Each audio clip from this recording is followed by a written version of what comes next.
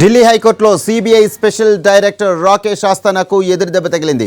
ఆస్థానాపై వచ్చిన ఆరోపణలకు విచారణ ఎదుర్కోవాలని తీర్పు వచ్చింది. నిన్న అలోక్ వర్మపై వచ్చిన ఆరోపణల కారణంగా చూపుతూ ఆయన్ను సిబిఐ డైరెక్టర్గా తప్పించింది హైపవర్ కమిటీ.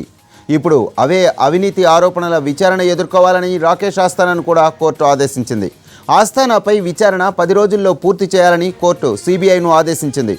ఆస్థానా విచారణపై గతంలో ఇచ్చిన స్టేను ఎత్తివేసింది హైకోర్టు.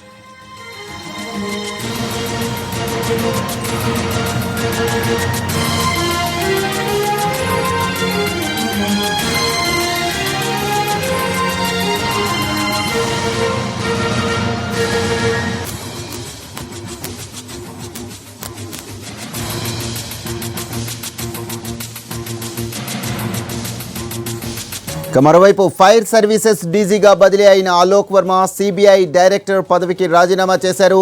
ఫైర్ సర్వీసెస్ డీజీ బాధ్యతలు తీసుకోవడానికి నిరాకరిస్తూ సర్వీసుల నుంచే వైదొలిగారు.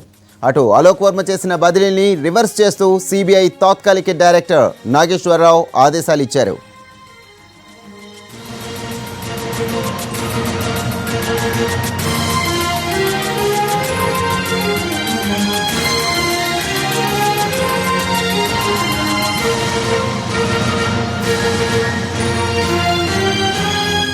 ఢిల్లీ హైకోర్టులో సిబిఐ స్పెషల్ డైరెక్టర్ రాకేష్ ఆస్థానాకు ఎదురుదెబ్బ తగిలింది.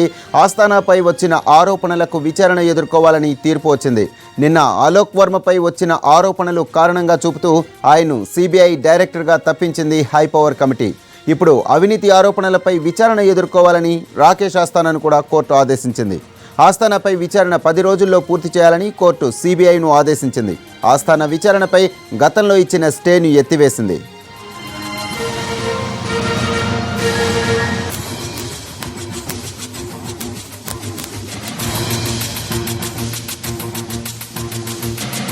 మరోవైపు ఫైర్ సర్వీసెస్ డీజీగా బదిలీ అయిన అలోక్ వర్మ సిబిఐ డైరెక్టర్ పదవికి రాజీనామా చేశారు.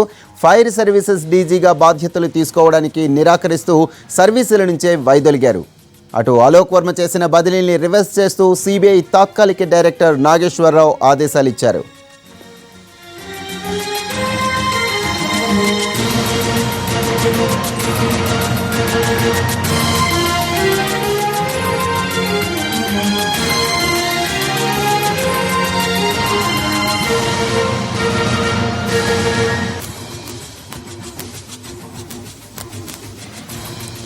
ఢిల్లీ హైకోర్టులో సిబిఐ స్పెషల్ డైరెక్టర్ రాకేష్ ఆస్థానాకు ఎదురుదెబ్బ తగిలింది.